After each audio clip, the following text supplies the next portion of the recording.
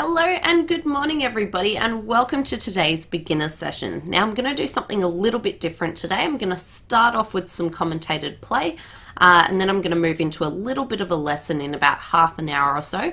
And what I wanted to talk about was what happens with a couple of directing situations that arise. Now the reason I wanted to talk about this was while we were away at the Gold Coast, I actually did a bit of directing. And I found that a lot of inexperienced players had no ideas about a couple of common situations that arose. And they found it really confusing when they were delivered their options about sort of a lead out of turn and also correcting a revoke. So I wanted to talk about those for the lesson today. So let's get straight into some commentated play. It's good to be back, by the way. It feels like forever since I've done one of these sessions. Alright, so here we go. Okay, so we've got a nice hand here. We've got a 16 count and it's balanced, but we'll see what happens first. So partner's passing, and so is our East player. So we've got a 16-point hand.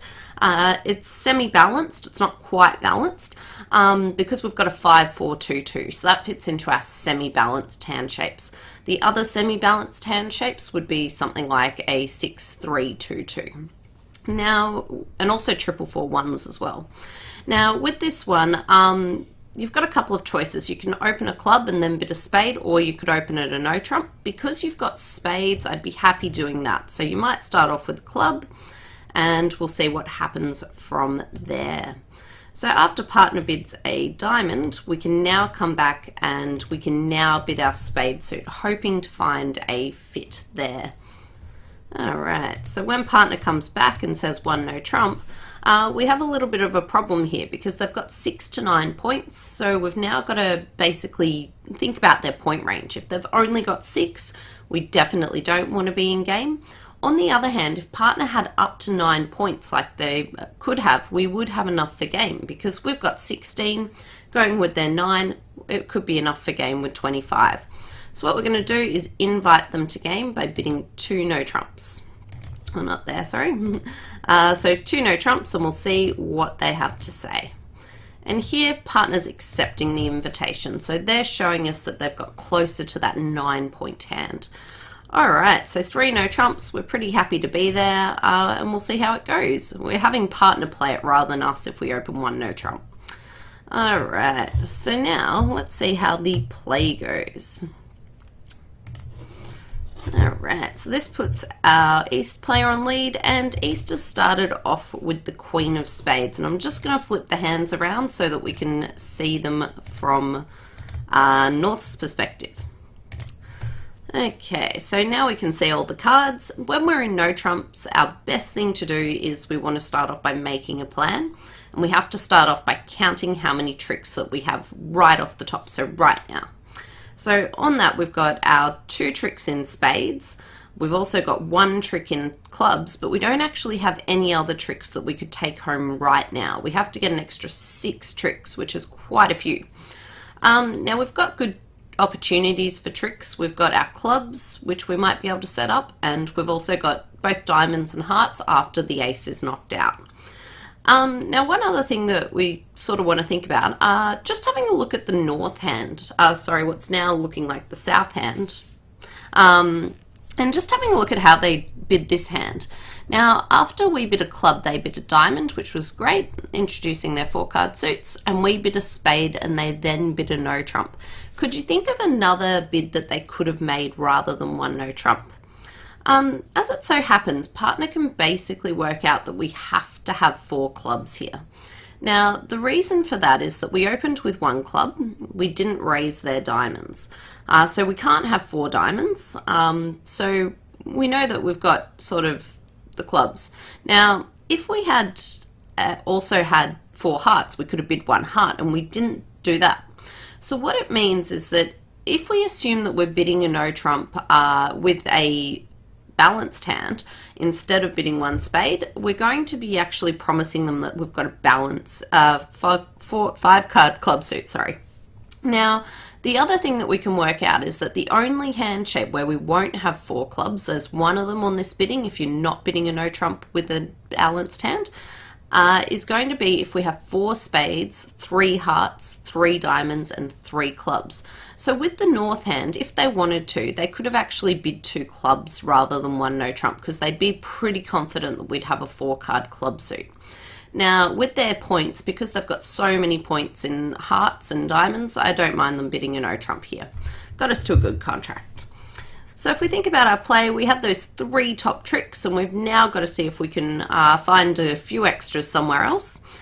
Now with our spades, what I'm going to do is I'm going to hold up on my ace king of spades. I can always win tricks there, but what I really want to do is I want to hold up so that if the spades aren't breaking nicely, then we can have the west player get the lead, but they won't be able to play back another spade.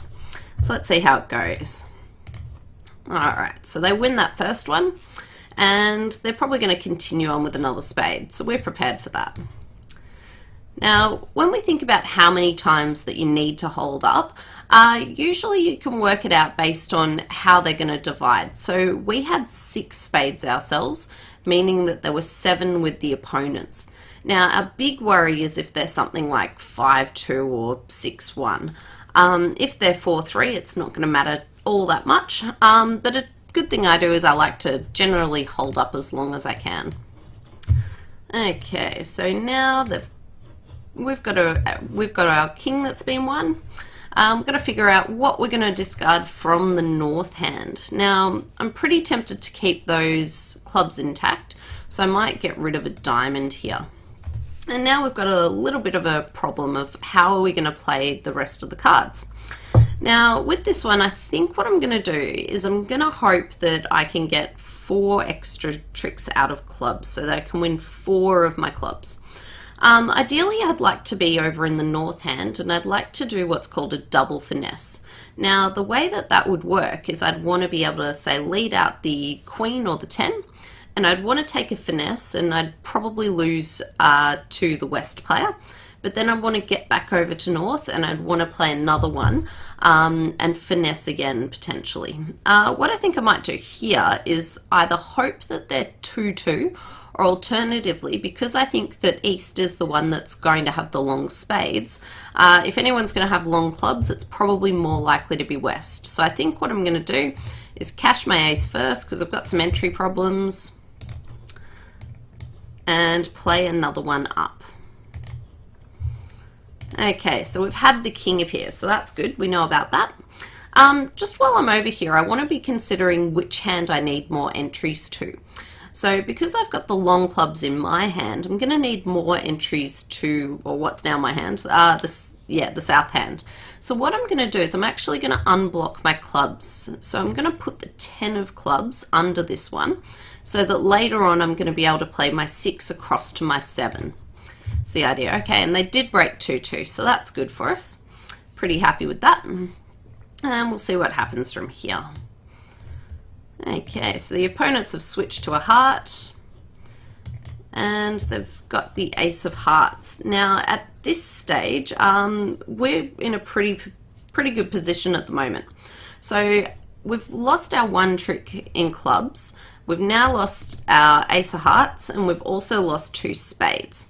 We can win a few more tricks, but we've still got to lose to the ace of diamonds, unfortunately.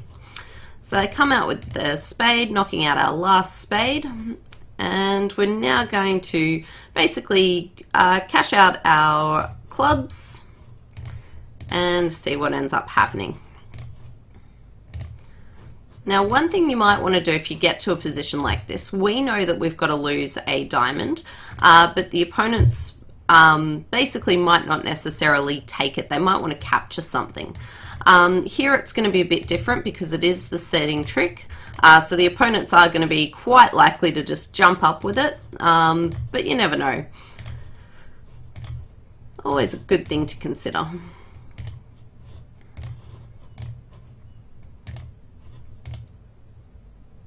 Ooh, I didn't need to play my king there.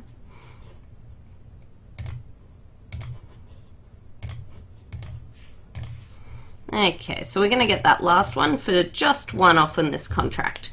Now, is there a way that we could have done any better on the hand? So let's have a look at it, and we're going to have a look at sort of all the cards, and we'll see what ended up happening. I'll just bring that up for you. Hopefully we can get there.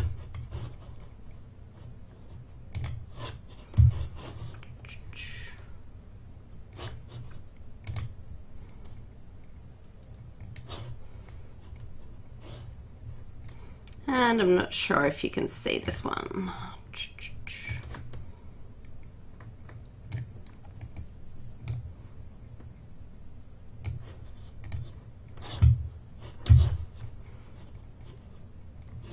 Okay.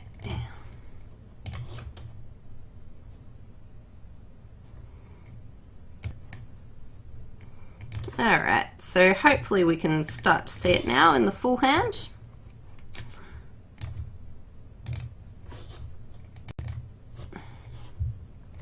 Most of the hand. We're getting there.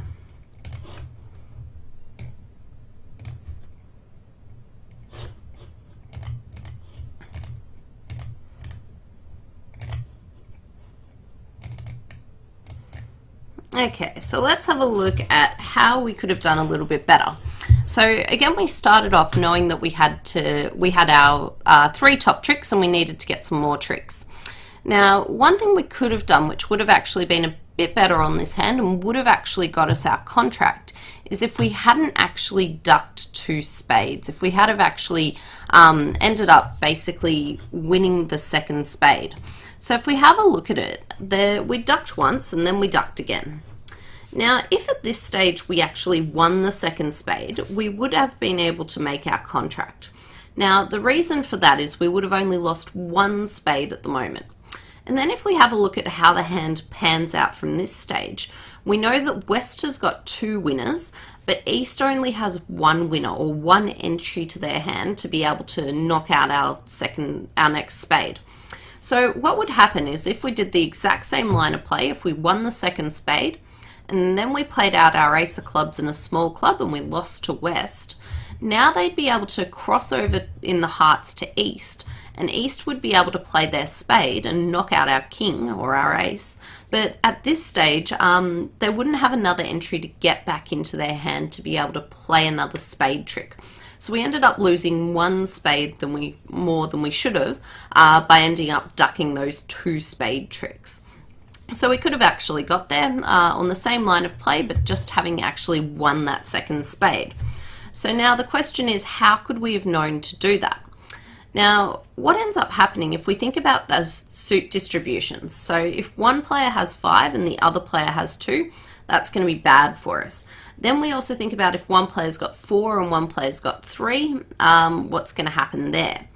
Then we've also got another consideration to make, which is how many tricks do I have to lose right away? And we already know that we have the 2 red suit aces to lose, and we're probably going to have to lose 1 club. You're almost definitely going to have to lose 1 club, especially if you don't have the entries to take the finesses.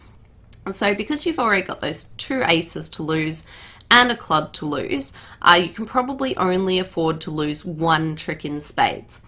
So because of that, if you go up with the ace or the king at the second spade trick, you'd come home on that contract. Okay, let's move on to the next one. I'll just have to rejig the screen for you.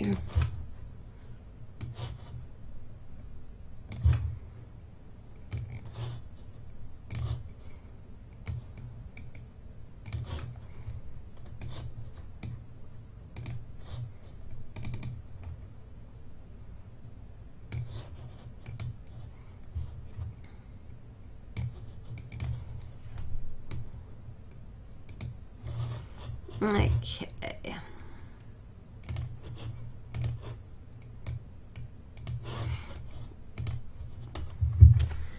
Alright, so on to our next one. So here we have East as our dealer. We're the last one to bid with this one, and we'll see how it all pans out.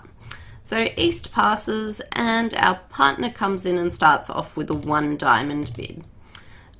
We also get a pass from West, and now we're going to bid 1 spade with this one, just our 4 card suits up the line, or in this case it's 5. When it comes back to partner, they're going to bid 1 no trump, and we now need to figure out what we're going to do with this collection. So with this one, we've got 10 points. We've got 10 high card points. We could also count a length point for that one as well. So bringing us up to a total of 11. And we know partner's going to be in that sort of 12 to 14 range. So there is a very, very small chance that we might be able to make game with them. Now, if you play a convention called two-way checkback or even checkback Stayman here, it'd be a great time to be able to use it because you'd want to be able to show partner that you've got an invitational hand and you've also got 5 spades. Now, if you don't play checkback, you're in a bit of a predicament here because if you bid 2 spades, it's going to be non-forcing to your partner. If you bid 3 spades, it's going to look very, very forcing. So you're in a bit of a bind because you don't really have a way that you can actually invite them with spades. What I might be tempted to do, just because of the fact that I don't have a way to do it if you don't play checkback Stayman, is I might actually just elect to bid 2 spades on this hand, which feels a little bit conservative, but I'd see how it goes. Now, the reason that I can bid 2 spades when I only have a 5-card suit is that most of the time partner's going to have 3-card support for my spades. Now, the way that we work that out is we think about it that we know that they're a balanced hand. Now, if they're a 4-3-3 hand shape, they're going to have a fit with us all the time. We 100% have a fit with them. If their hand shape was a 4-4-3-2, here we'd class it as we'll have a fit with them 50% of the time. Now, they can't have 4 spades, so that gets rid of those 2 4s. They can't have those because they would have raised 1 spade to 2 spades. So out of the 2 remaining distributions, the 3 and the 2, we'll have a fit 50% of the time. If they were a 5-3-3-2 hand shape, the same sort of works. We know they can't have 5 spades, so we get rid of the 5-card suit. But out of the 3, 3, and 2, we're going to have a fit with them 2/3 of the time, so 66% of the time. So more often than not, we will have a fit with them. So it's best to bid 2 spades, even though it's only a 5-card suit. And that's where we're going to end up playing today. So let's see how our play goes. So we've got our East player on lead, and they've started off with the 10 of clubs. Alright, so what do we know about the hand? Let's start off by taking a look at our losers. So in spades, we don't have any losers at all. Quite a nice suit we've got there. And partner did have 3-card support for us. In hearts, we count this as 2 losers, because if the ace captures the king, we're going to lose 2 of them. Hopefully that won't happen though, and we'll be able to win our king through an indirect finesse, so if we can lead up towards the king. Then if we have a look at diamonds, we've got 2 losers there. And in our clubs, it's an interesting one. So we've got the ace and the king we can definitely win.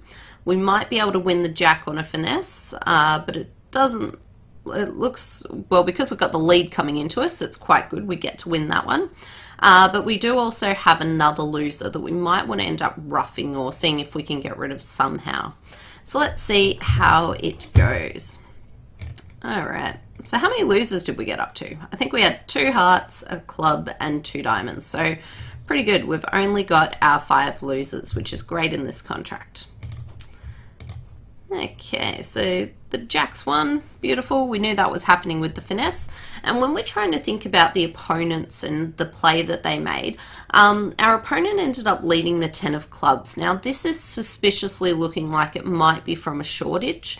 The other alternative is that they might have, say, for instance, the 10, 9, and 7 to be sort of a sequence.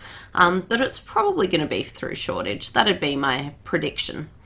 Now, the losers that we might be able to do something about, we might be able to do something about our heart loser. So the way that we could do something with the heart is by taking an indirect finesse up towards the king. Other than that, we can't do anything about our diamond losers, and ideally we'd be able to rough out our 4th club. But the problem here is that we know we need to draw trumps as well. Now, if the clubs also happen to break 4, 3, 3, 3 around the table, our club's going to become good just purely by its length. So we'll see how that goes. I'm not going to try to rough the club. I think it's a hand that I probably just want to draw trumps on. And the only thing I'll need to make sure I do is, because of the fact that I want to play that indirect finesse on a heart, at some stage I am going to need to make sure I use the entry, probably the club entry, to play a heart up towards my hand. Okay, so our trumps didn't break nicely, did they? So we know that East is going to have 4 trumps, and whenever trumps break badly, a lot of people end up getting a bit nervous and freaking out. One good thing to do is sit back and think, is this actually going to be a problem? And on this particular hand, it's not going to be a problem at all. I can still do the same plan that I wanted to do before, just I have to draw one more round of trumps. Okay, so they've only got 1 left, and now they don't have any left, which is great. Okay, so at this stage, what I'm probably going to do is do that finesse that I wanted to do in hearts, and we'll see how that goes. So a small heart, hoping that my king's going to win, and I really needed to use that club entry to do that. Unfortunately, the Ace of Hearts is offside, so we didn't actually get to win that King of Hearts, which is a bit of a shame. Alright, and they've now switched to a diamond.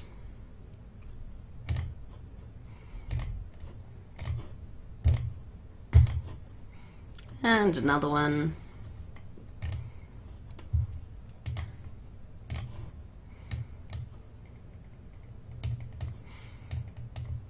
Okay, so it's interesting. They've come out the King of Diamonds here, which it is going to set up my Jack. But the problem is I don't have an entry across to the south hand to be able to win my Jack of Diamonds. So I've simply got to cash the King and give up that last one. So West had an interesting choice here. If West had actually discarded their club, they would have had some problems because we would have actually got to win our 4th club. Unfortunately, they weren't there for us today, so they didn't do that, and we had to give up a club to them. Alright, so we'll do one more commentated playboard, and then I'm going to have a chat about a couple of director rulings that often come up, but I know a lot of people get a bit nervous when they do come up, so we're going to talk about revokes and also leads out of turn. But on to our last one before we do that. Okay, so here we are with partner as the dealer, and partner's starting off with a 1 club bid. So at this stage, one thing I like to do when I'm sort of responding is, I guess, make sort of a plan about what's going to happen in the auction. And here, because I've got 13 points, as the responder, when I've got an opening hand myself, straight away in my mind, I like to put in the idea of, I know that I have to bid game at some point. So I know that this auction is going to be at least at the game level. If I had, say, 19 points, what I'd normally do then is have in my mind that at some stage I want to make a slam try. So with just 13, I know I want to go to game. I've just got to start having a conversation, and then we can figure out where we want to play game. So I'll start off by bidding 1 heart, and we'll see if we've got a fit there. And partner comes back with 1 no trump. So we definitely don't have a fit there, and that means that we basically want to play in 3 no trumps at this stage.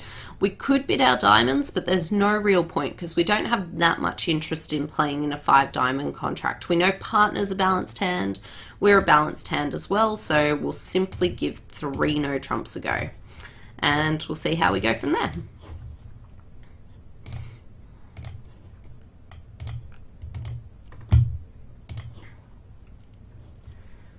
Okay, so they get off to a diamond lead, which isn't really a surprise. It's one of the unbid suits. Often we'd be expecting that they're either going to lead a diamond or possibly a spade here. So what do we know about the lead? So it looks like it's going to be a 4th highest lead. 4th highest, you can use the rule of 11. So the way that this works is that we start with the number 11 and we take away the number of the card that's left. So we take 5 away from 11, gives us a total of 6. Now what 6 is it's the number of cards that are higher than the 5 between our hand, dummy, and also the other defender. So if we have a look, we know that we've got the ace, which is higher, the 8's higher than the 5, so is the 6, and we've also got the king, jack, and 9 as well. So we already have 6 cards that are higher than the 5 between our 2 hands. What it means is the other defender can't actually even beat the 5. So we'll see how it all goes. Now, with our tricks in 3 no trumps that we want to count, straight away we've got 4 spade tricks that we can take, and we've also got ourselves 2 diamonds or 3 on the lead, and also a heart. So 4, 5, 6, 7, 8. So we're going to need to get 1 extra trick, and we've got to figure out where we want to get that extra trick from. Now, interestingly, we've got basically no other options except for clubs, which is going to give us a little bit of a problem. We might have diamonds, but judging from the lead, I doubt we're going to have too much luck there. So we could have diamonds, but most likely we're going to have to get that extra trick from clubs. So we'll see how it goes. Okay, so we saw the 3 from East. That's no surprise. We knew that they didn't end up actually having any cards higher than the 5. So again, we've got our 4 spades, our heart is 5, and 3 diamonds brings us up to 8. So we're going to have to try to get that 9th trick from somewhere. And it's how do we want to go about it? At this stage, we will need to play a club up before they knock out the ace of hearts. We've got a big worry about this heart suit. One thing that's really funny about this hand, and it does often happen, is that we got 3 no trumps where we had bid clubs and hearts and we hadn't bid diamonds and spades at all, but our diamonds and spades are actually our strongest suit, so it's kind of funny really.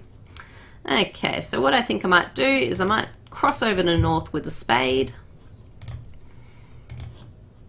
and play another one, why not? And at this stage I'm going to try that club finesse. So it's the same sort of indirect finesse that we did on the last hand, where we're leading up towards the king. And we're basically hoping that the ace is onside. If East had the ace, we would have scored it, and we would have got to basically make our 3 no trumps. Okay, so we had a question about should we bid the 4 card suits up the line or go straight to the major. So there's 2 areas we might be looking at this. The first one is, for instance, if partner opens clubs and you've got 4 diamonds and also 4 of a major suit, which should you bid? Should you bid your hearts or should you bid your diamonds? I personally like to bid my major first. The reason for that is that I don't ever really want to play in the minor, and I just want to be able to basically search for that major suit fit and then go from there. Now, it is completely fine to bid your 4 card suits up the line. It is the way a lot of people get taught. But one thing that I think it becomes a little bit of a problem is for instance, if it goes 1 club by your partner and you bid a diamond and they now bid a spade, you're in a bit of a bind. You haven't been able to bid your hearts at all, and what do you want to do? Another thing, if you, for instance, had a situation where basically it almost always works out better to bid your major. The exceptions to this rule are when you're a very, very strong hand, because you want to round out your shape as much as you can, or if you are very distributional. If you're just a balanced hand, I'd typically just bid my major first. It keeps your minor as a sort of secret weapon as well. There's another situation that we can talk about if you're going to bid your major or not, which is if we go back to have a look at the South hand before we got to this point. South actually bid 1 no trump and didn't bid a 4 card spade suit here. Now, this one comes in with partnership style, and it also comes in with how you got taught originally. So some people would have been taught that with a hand like this, what you'd do is you'd always, and it had the diamond, we also had that one, is that you'd always bid 1 spade here. So after opening 1 club and then it went 1 heart, that you always bid 1 spade. Another style of teaching is that you always bid 1 no trump here to tell your partner that you're balanced. Whichever style you do is completely fine. They're just 2 different options that you have. And it's one that you would have been taught right from the start, that you either bid your 4 card suits up the line or that you bid your no trumps. And it's just which way you got taught.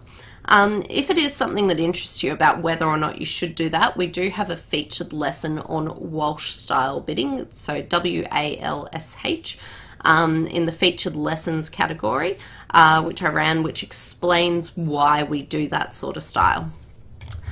So on this hand, when we ended up getting across to the dummy, we did have the problem that once we played out a club, it ended up happening that the ace of clubs was offside. So we ended up losing a trick to the ace of clubs. And that's going to be quite a problem for us because we now won't be able to make our contract. Our club was going to be our only source of an additional trick, and it didn't work. So you're just going to end up going down in 3 no trumps, and there's absolutely nothing you can do about it. But it's a contract that I still wanted to be in. I might just open it up at this stage for you, and we'll have a look at all the hands and have a look if there would have been a way that we might have been able to make our contract. So at this stage where West is on lead, West might have actually been able to give the contract away to us. Now, the reason for this is that with West's lead, if they let out another diamond, so aiming to set up their diamond suits, they'd actually give us another trick that we don't deserve. So at the moment, there's no way that we could get a third or an extra trick at the moment, win 3 tricks in diamonds. But if they played out another diamond, we would be able to, and this would actually get us up to our 9 tricks. So we've already won 4. That'd be our 5th, 6th, 7th, 8th, and we've got the Queen of Spades still as well. So if West had come out a diamond here, which it's entirely possible that they might have done on the table, we would have actually got to make our contract. So don't always just give up if you can't make your contract, because you never know, the defenders might be there to help you out. Alright, so what I wanted to do for the lesson part of today was actually have a chat about some directing things that come up. Now, a lot of the time, people don't really know the rules of bridge, and it's only when you get the director called to the table and a situation has happened that you start to find out about them. And the problem with this is that everybody's all a little bit frazzled. There's obviously a situation at the table that the director's being called over for, and it can all sound like a bit of a schmozzle. Now, there's 2 that I wanted to talk about, the first being revokes and the second being when there's an opening lead out of turn. So when it comes to revokes, they're something that happens to absolutely everybody. You'll have them done to you, you'll also make some revokes. It's just a normal part of the game. Now, when a revoke happens, the first thing you want to do is you want to call the director over. Now, one thing that ends up happening a lot of the time that I see while I'm directing is that I'll get to a table and people have already started flipping over all their cards to find out if there was a revoke. Now, you can't actually do this. It's a really bad habit. I know it's instinctive because if someone says, oh, you revoked back here, I played a heart and you didn't play one. It's your natural instinct that you want to flip them over and see if you actually did revoke. But we can't actually do that. We can't start flipping cards. Now, when the director comes over, what they're probably first going to try to ascertain is when the revoke happened. Now, the reason that we do this is because if the revoke has only just happened, we might be able to what we call correct the revoke. So we might be able to stop the revoke from happening. Now, the times that we can do that are when the players who's revoked, when they haven't played basically to the next trick, or their side hasn't played towards the next trick. So if this happens and you've realized that a trick ago you revoked, if your side hasn't actually played to the next trick, we might be able to correct it. Now, when that happens, all that simply happens is the card of the wrong suit, that one's kept as what's called a major penalty card, and you can pop in the card of the correct suit, and we go back to that trick. So after you put in your card, the person who's played next, if they like, they could change their card as well. So a situation might be that, for instance, if they played a diamond, say, and spades were trumps. So if they played a diamond from the dummy and you're a defender and you trumped it, and then they played a small diamond because you had already trumped it, they weren't going to win the trick, and then you found that you did have a diamond. So what would happen here is that we could put your diamond in, but declarer could change to, say, the ace of diamonds if they wanted to. They wouldn't have to play simply their small diamond. Now, if that happened, the next player could also change their card as well, but only if that second player changes their card. So that's what we call a non-established revoke. Now, with the card of the wrong suit that you had played, that one sits there as what's called a major penalty card. Now, you would have often seen it, you've probably had them before, where the card's sitting on the table, and it must be played at the first legal opportunity. So, for instance, if they played a card of that suit at the next trick, you have to play that card to this trick. Now, the other thing that happens with a penalty card is that if your partner if you're a defender, if your partner got the lead, declarer might be able to choose a couple of different options. So they might, if they wanted to, demand or prohibit a lead of that suit.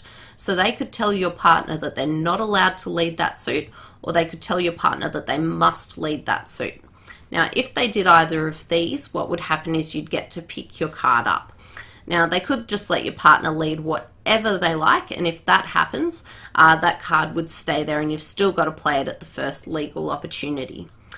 Now, there's one other situation that's a little bit weird, which is if this actually happened and you were the declarer. So if you revoked, but we haven't established the revoke, and you're actually the declarer. Now, if this happens, we go through and we correct it like we would have if you were a defender. So we put in the card of the right suit, and then the next player, if they wanted to, they can change their card if they'd already played. But you don't actually get a major penalty card as the declarer. You just get to pick it up and simply pop it back in your hand. Now, the rationale behind this is who's conveying information to who.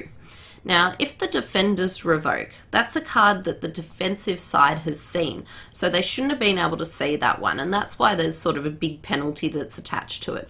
On the other hand, if the declarer has, or what would be a major penalty card, it doesn't matter that the dummy's seen that card. Dummy can't do anything with that information, so that's why declarer doesn't have a major penalty card. Okay, so that's what happens if we do have the non-established revoke. Now, the second type of revoke is if there is an established revoke. So what that is that after you've revoked and then your side's played to the next trick. Now, the problem with this one is that we can't go back and correct it and put a card in of the right suit like we would have before. And what happens at this stage is play actually just completely continues. There's nothing that can happen until the end of the hand. Now, this is the one that basically gets people a lot, because what will happen is the director will get called over and you're at, say, trick 8 of a hand, and someone says, oh, somebody revoked back at trick 5. And this is where we have the cards being flipped over. So there's absolutely no need for it to happen, because we can't actually do anything about it until the very, very, very end of the hand. And that's when an adjustment will be made. Now, with the adjustments, there is a pretty simple, I guess, rule to it, which is that if the card you revoked with, if you won with that one, so basically the only time this happens is if you revoked and you trumped something, and then your side also won a trick a little bit later in the hand, you'll have to give 2 tricks back to the opponents. Now, if you didn't win the trick with the revoke card, but your side won a trick later, you'll have to give 1 trick back to the opponents, but the director will sort all of that out for you. Now, there are a couple of exceptions to this rule, and the big one is that if without the revoke, the correction would have been more than, say, 2 tricks, then we can adjust it even further. Now, a common situation this might come up in is, let's say that you're playing in 3 no trumps, and one hand's got, say, the king, queen, jack, 10, 9, 8 of diamonds, but they have no other entry to their hand. So let's say that what ended up happening was declarer played a diamond, and you should have had to have played the ace of diamonds, but you didn't, you revoked. And then what ended up happening was declarer played another diamond, and now you've played your ace of diamonds. But at this stage, when declarer gets the lead again, they don't have any diamonds to get back across to the dummy. So the dummy's entryless, they've got those diamond winners over there, but they can't actually get to them.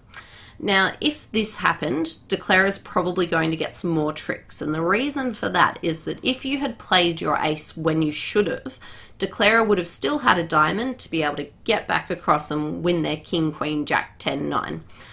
So if that happens, the director might change it a little bit more, because had you not revoked, declarer would have got more tricks. So that's the one interesting little adjustment to it.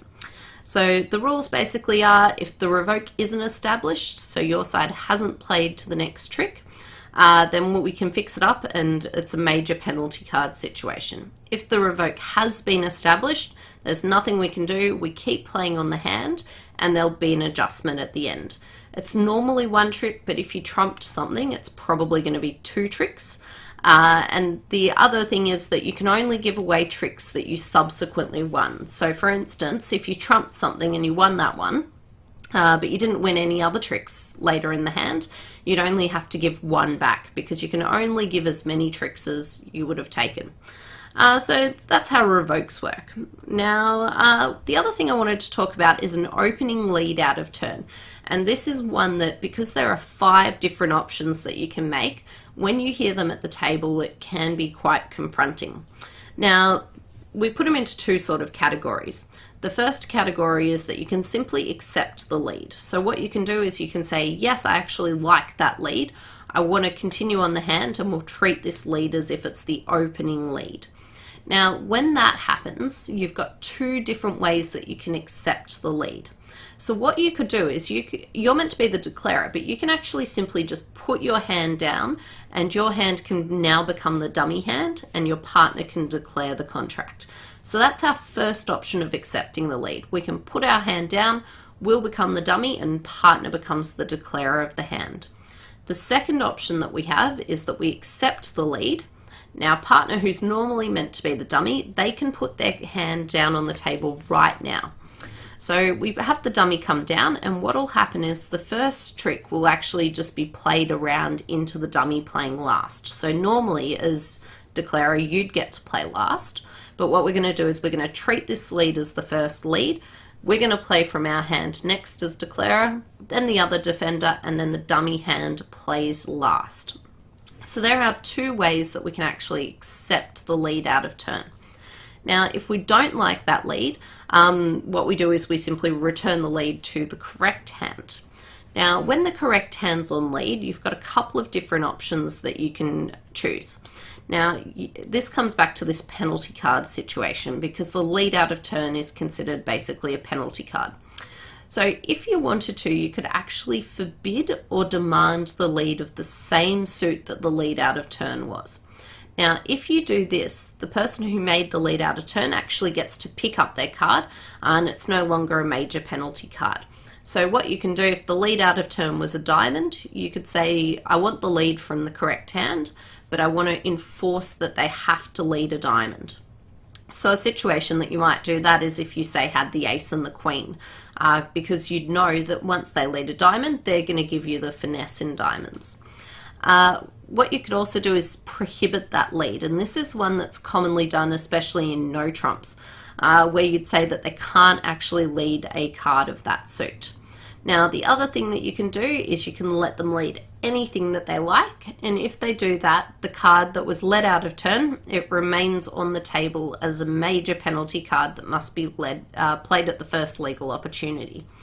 Now, with these restrictions, they do apply for that trick, but it also applies if the defender wins the trick that they lead to. So let's just say that we've said, I don't want the opening lead out of turn. I want it to go back to the right hand.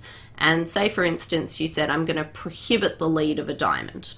Now, with this one, if they cashed, say, the ace of spades, they still couldn't play a diamond. They have to lose the lead first, and then they have to regain it before they'd ever be able to play a diamond again. So they must lose the lead and then get it before they could play a diamond. So they're our main sort of options. So we've got the 2 options of accepting the lead. We can either accept the lead and we put our hand down as dummy and let our partner play the hand, or alternatively we can have partner who's normally meant to be the dummy put their hand on the table right now and we play the first trick around the other way. So they're the 2 options of accepting the lead out of turn. What we can do if we don't like the lead out of turn, we can return it to the right hand, and you can, if you like, either forbid or demand the lead of that suit. And if that happens, the lead out of turn is picked up and put back in the defender's hand. Otherwise, what you can do is you can let the defender lead whatever they like, but the lead out of turn is a major penalty card and it must be played at the first legal opportunity. Now, this brings us into when do you want to choose which option? And it's a really hard one to know. It's really, really tricky. One thing I'd say is that the most common thing that I see people doing is returning the lead to the right hand and prohibiting the lead of that particular suit. And that's the most common one that people use, basically because they think the defenders are off to a good start. If this does happen, what you want to do is you want to think about what cards you hold and what cards you think partner might hold.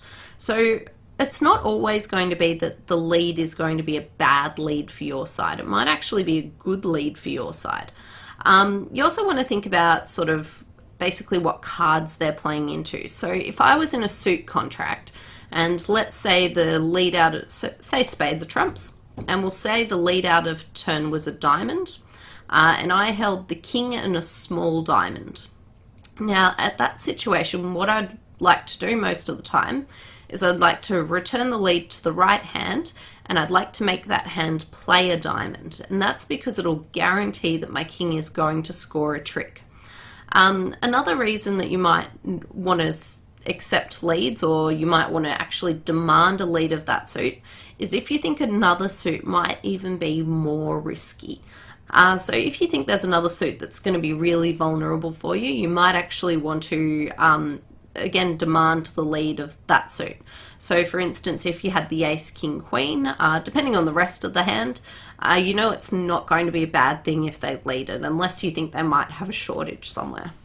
But it is a really tricky thing to know. So there are your different options when there is a lead out of turn. I hope that's sort of cleared it up. I know it is really, really confronting when you are at the table. So I hope that has cleared up your leads out of turns and also your revokes. There's quite a funny story when Pete was playing in the VCC a fair few years ago. And he was playing with a inexperienced partner, and what ended up happening was the inexperienced partner got put into a slam contract and they were quite nervous, and they had a lead out of turn come up, and this player had gone, okay, I know what I'm going to do. I'm going to put my hand down in the dummy as the dummy, and I'm going to let Pete declare the hand, who shouldn't have been declaring the hand. And of course, what ended up happening when they did this is that the contract went down, but if they had accepted the lead from the other side, they would have actually made the contract. So if their hand was declarer, they would have made the contract, but because they made Pete's hand the declarer, they ended up going down. So it was quite funny. We've just got another question. So the director has been called on me for taking too long to bid. Is there an allowance for beginners who can't count or assess hands quickly? So that's an interesting one. So everybody's sort of got an obligation to keep up with the time. This also depends a little bit on sort of your opponents. Now, one thing that's really hard is when you're playing 2 or 3 or 4 board rounds even, and there's basically a really tricky hand or a situation that you haven't seen come up, it can be quite difficult to keep up with the time. Now, what I'd say is don't let them frazzle you if people do start getting a little bit antsy about you taking too long. If you miss a board, then as long as it's not a regular thing that you're always taking a really, really long time, then I wouldn't worry too much about it. If it does happen that you do take quite a while on a hand, I'd simply apologize to my opponents, and what will happen is that you just will miss out on playing a board. Now, one thing that often happens is that if people feel like they are slow, they'll feel rushed, and you might end up making more mistakes because of the fact that you feel rushed and you're playing too fast at this stage. So don't let the opponents frazzle you. If you are taking a while, do just nicely apologize to them and do acknowledge it, but hopefully especially your opponent should be a little bit considerate as well for beginner players. if they're not, it might be something that you want to have a word to your club about, or also the director. But more often than not, people are quite accommodating. Yes, there are some people that do kick up a bit of a storm when people do take a bit of time. But for the most part, people are all right about it. Now, one thing that is really important is that if you do find a tricky hand, do take your time on it. Because the last thing you want to do is you don't want to rush through that hand, make a mistake, then have to rush through the next hand and make a mistake again, when you could have just done that hand well, and you might not have been able to play the next board or the last board of the set. So try not, I know it's hard, but try not to let your opponents frazzle you like that. One thing that you will find is that as you get a little bit more experienced, you'll often start to claim more contracts. Claiming does speed up the game quite a bit. I'd only do it if you're 100% confident. But what will end up happening, I find, is that I might have a hand that takes a really, really long time, but the rest of the hands in a set are quite quick because I might be able to claim them. So I hope that helps. If you do encounter any problems at all with player behavior, if you are taking a while, do call the director as well, and just let them know what's going on. But I guess the important part is that everybody's got to be considerate. Everybody has tricky hands, and everybody had to start off bridge somewhere. So I think a lot of people, if they've been playing for a really long time, sometimes forget just how hard it is at the start. Okay, so thanks for watching. Do feel free to send through any requests for lessons for next week. And I will, next week. Next week's going to be rescheduled, unfortunately, to Wednesday. So there won't be the beginner's session on Monday, but there will be a beginner's session at 9 o'clock on Wednesday morning. So we'll pop that in the newsletter and also up on the website. So thanks for watching, and see you next time.